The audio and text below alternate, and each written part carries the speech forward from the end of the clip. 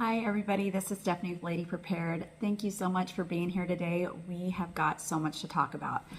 I am not sure if you have been watching the news or whatever media source you get your information from, but we have got a lot going on in the world. Holy smokes. I mean, there's a lot of great stuff happening, especially with Easter right around the corner, but there's definitely some concerning things that are happening. I know for us here in the Pacific Northwest, we are keeping an eye on our sister state, Alaska. If you've heard, they have Mount Spur that's about ready to erupt. It's not too far from the Anchorage area, but it is a pretty populated area in Alaska. So I certainly have been watching my fellow YouTubers out there prepare for this. And it's been really educational. So I highly suggest that if you've not been keeping your eye on that or watching any preparedness videos in regards to Mount Spur's impending eruption, I would do that. There's one YouTube channel in particular that I absolutely love. It's called Flat Tire Farms. Crystal and Reeve over there, they're so fun to watch, and they really make sense in how they do things. And they are hilarious. They have a lot of animals, and Crystal is an amazing, amazing soap maker. Like, I have never seen soap this quality or this cute. So anyways, give them a little holler over there if you are interested in watching how they're preparing their homestead for this impending volcano, because it really is awesome to see them come together and what they're doing. So anyways, with all of that in mind, I am today going to be talking about our 72-hour bug out bags. I have had a 72-hour bug out bag in our home for each person for probably about 15 years now. I would say that once you get it put together, you can get kind of complacent and be like, oh yeah, I've got that bug out bag in place. However, when is the last time you've checked on it? Because it's been like 5 years since we checked on ours, and I will tell you, some of the stuff is outdated. So we will be rechecking that. That is on our to-do list actually later today. So what are some of the things that should be in your 72-hour bag? I looked at various sites, and I talked to different people about what they put in their bag, and there's lots of personal items, lots of variations between answers. So I'm going to give kind of a common starting point scenario for you putting your 72-hour bag in place. However, you may have items that I've not covered that make sense for you or make sense for a family member. So of course you're going to want to add those items to your bag. One thing that I caution, I have worked with a lot of people that have put 72-hour bags together, and their bags are humongous, absolutely humongous. If you are not able to carry that bag at least a quarter of a mile because it's too heavy, then you might want to rethink what goes into your bag. You want to make sure that your bug out bag is something that you are able to carry or hold, or whatever your system is, for at least a quarter mile. The reason I'm saying that is when we start thinking about luxuries or items that we want to go on the bag versus what we should put in the bag, that kind of changes the scenario. And in the best case scenario, if we do have to bug out of our house, we have a car available. But just even in watching the recent fires in California, there were people that were in their car and they literally had to get out and start walking because it was so gridlocked. Are you able to take your bag if it was that case? So that is definitely something to consider.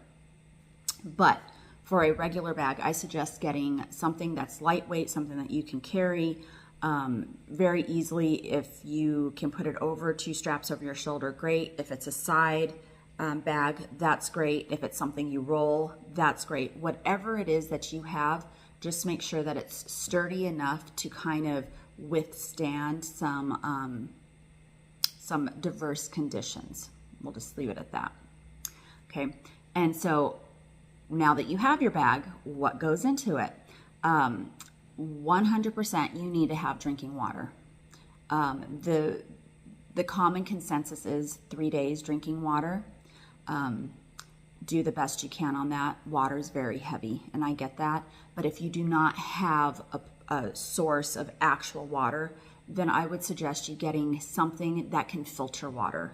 I think what happened in Ohio last year was a great example of why we cannot just depend on whatever our local water sources are, because if that water gets contaminated and we have no water, what are you going to do to give yourself a chance for clean water? And that may be a water filtering system. Okay. Next, food for a minimum of 3 days. MREs, freeze dried, dehydrated. You don't necessarily have to go out and get other types of dehydrated food or freeze-dried food, because that can be really expensive. And also, some of the ingredients is pretty yucky in that stuff.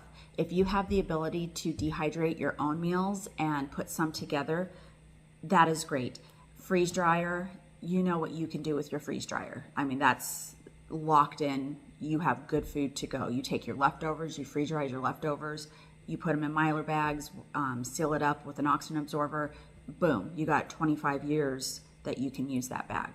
So that's a great source. If you don't have a dehydrator or a freeze dryer, then what is it that you can do that's going to be able to feed yourself? Is that tuna packs? Is that the little pouches that have the crackers, tuna, and just the little easy to eat stuff? What is it? Top ramen in a cup. Like, what is it that you will be able to have if you cannot get food for at least 72 hours? And this is a big deal. This is not a joke. Again, the past year has taught us that we cannot rely on anybody or any agency to provide us with emergency help. So this food is a big deal. If you have a baby in the house, do you have a can of formula? Are you going to be able to grab your pump for breast milk? What is it that you need to put into a bag for your baby that's going to help sustain that baby for 72 hours? Because again, we cannot depend on anybody or anything to help us in that case of emergency. Next, suitable clothing. There's a wide opinion about what kind of clothing should go into your 72-hour kit. Well, for me, it does not make sense to completely have all winter clothes when it's summertime. Or if it's summertime and I was bugging out, if I only had winter clothes, that's not going to mash either. So for us, one thing that I chose to do is I chose to have sweats with scissors in the bag so I could cut the sweats off where an appropriate length would be, just in case.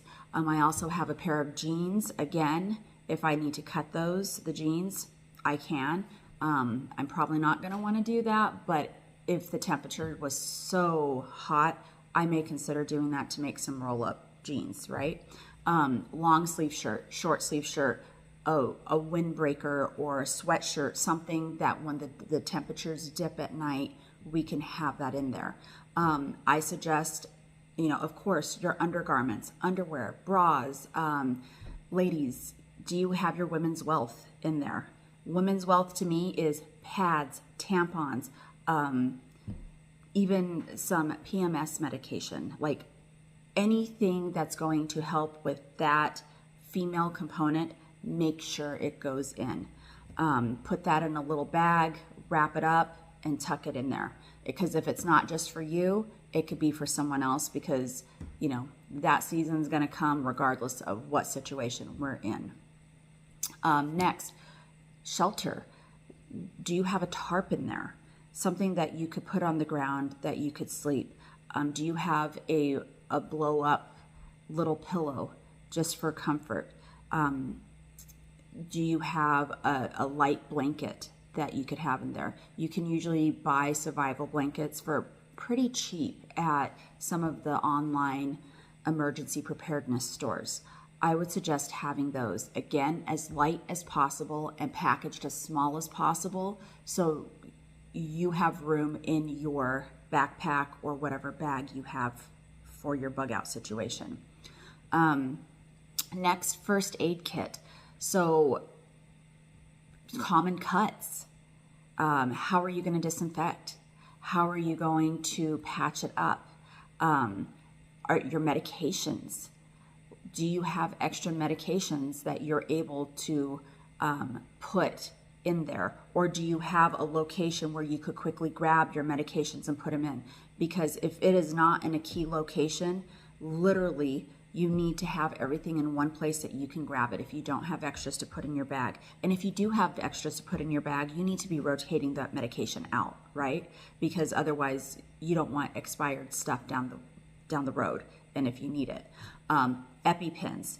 If you have an allergy that requires an EpiPen, you have got to get an EpiPen in there.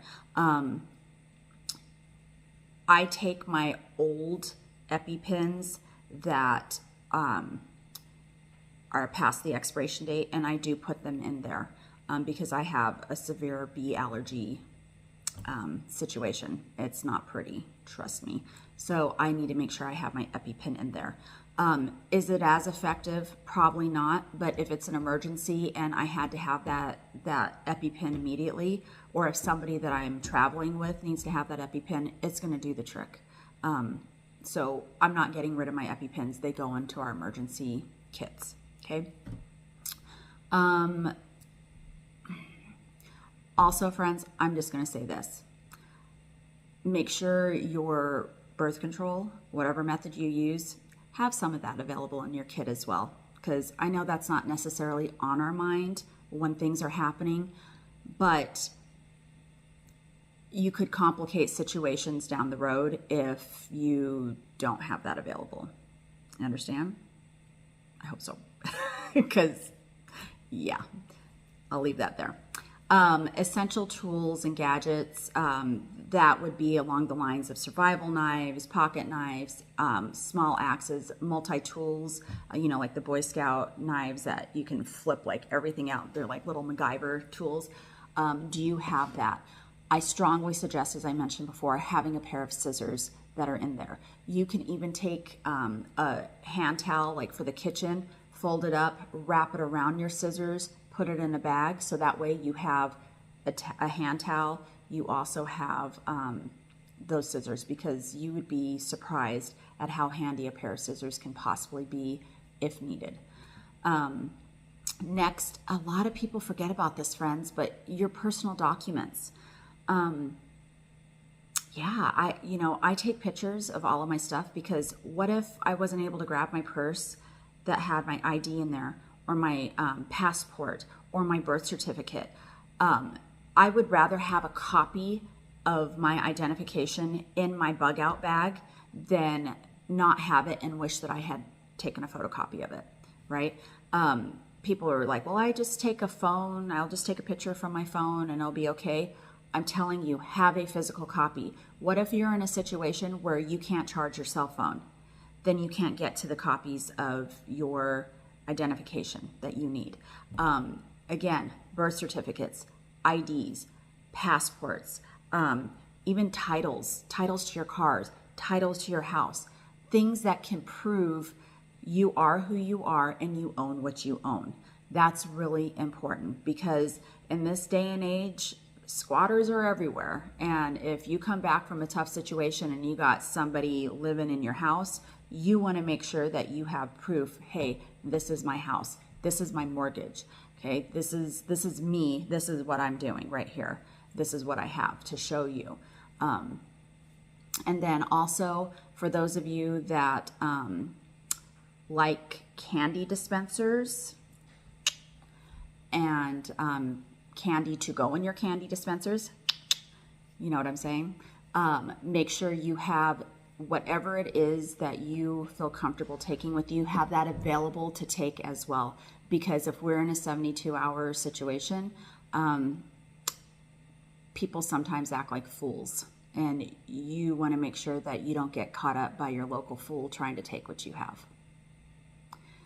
not anything to be scary or scared about, but that's the nature of man, unfortunately. And sometimes somebody who hasn't prepared, their preparedness plan is to take your preparedness items away from you. So just be prepared for that, okay? Friends, there's also heat and light sources.